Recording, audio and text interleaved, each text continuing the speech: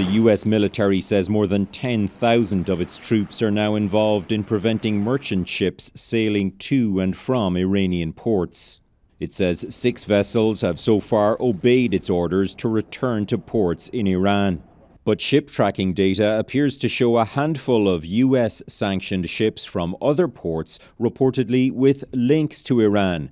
They passed through the Strait of Hormuz Tuesday, but turned around or stopped before making it to the Indian Ocean. Ships can turn off or divert their apparent locations, so it remains unclear exactly how well the US blockade is working, imposed as Iran's restriction on trade from the Gulf enters its 7th week. If the Iranians are going to try to engage in economic terrorism, we're going to abide by a simple principle that no Iranian ships are getting out either. Their problem at the moment is to be credible with this blockade, because if they are not credible, it's not going to help them achieving their political diplomatic goal during the peace talks.